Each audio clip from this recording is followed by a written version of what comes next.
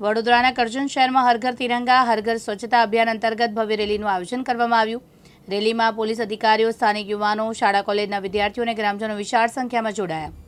તિરંગા ધારણ કરીને સ્ટાર્ટ કરાયેલી રેલી શહેરના મુખ્ય માર્ગો અને મુખ્ય બજારમાં ભ્રમણ કરીને દેશભક્તિના ગીતો અને ડીજેના તાલે દોડતી શાંતિના સંદેશા તથા નિશ્ચિત સફાઈ અને દેશભક્તિનું પ્રેરણાદાયક દ્રશ્ય ઊભું કર્યું। રેલી દરમિયાન સ્થાનિક ધારાસભ્ય દ્વારા સ્વચ્છતા અને આઝાદીના તિરંગા ધ્વજની ઉજવણી સાથે જ્ઞાનપ્રદ સંદેશાઓ આપવામાં આવ્યા હતા। એક આદેશ અનુસાર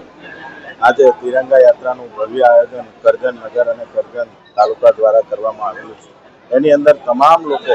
અત્યારે વેપારી મંડળથી તમામ લોકો, આગેવાનો, ચૂંટાયેલા તમામ સદસ્યો, નગરપાલિકાના તેમજ તાલુકા પંચાયત, જિલ્લા પંચાયતના તમામ ચેરમેનો અને અમારા ભારતીય જનતા પાર્ટી જિલ્લાના પ્રમુખ શ્રી રસિકભાઈ જાતે પણ હાજર રહ્યા ભવ્ય તિરંગા યાત્રાનું આજે જે આયોજન કર્યું છે અને રાષ્ટ્રપ્રેમ અને રાષ્ટ્રહિતની માટે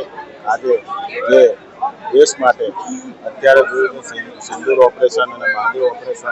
અને અત્યારે લોકસભામાં એક ચર્ચાનો વિષય છે અને આવી અંદર દેશના માનનીય વડાપ્રધાન શ્રી નરેન્દ્ર મોદી સાહેબ જ્યારે રાષ્ટ્રહિતની વાત કરતા હોય એને ભાગરૂપે આજે તિરંગા યાત્રાનું ભવ્ય આયોજન કરજણ નગર ખાતે કરવામાં આવેલું છે। 15મી ઓગસ્ટ આવી રહી છે ત્યારે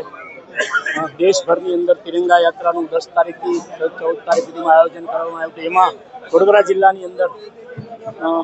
કરજણ તાલુકો, કરજણ નગર અને આ તિરંગા યાત્રાનું એક ભાવ પ્રતીક થાય, દેશ પ્રેમ પ્રતીક થાય એ માટેનું આ તિરંગા યાત્રાનું અમારી આન બાન શાન અમારા તિરંગાની યાત્રા આજે કરજણ નગર અને તાલુકા વતી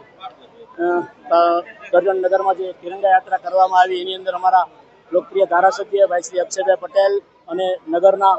પ્રમુખશ્રી અને સૌ કાર્યકર્તાઓ અને દરેક સમાજના આગેવાનો, દરેક ધર્મના આગેવાનો આ એકતાની ભાવનાની અંદર, દેશ પ્રેમની અંદર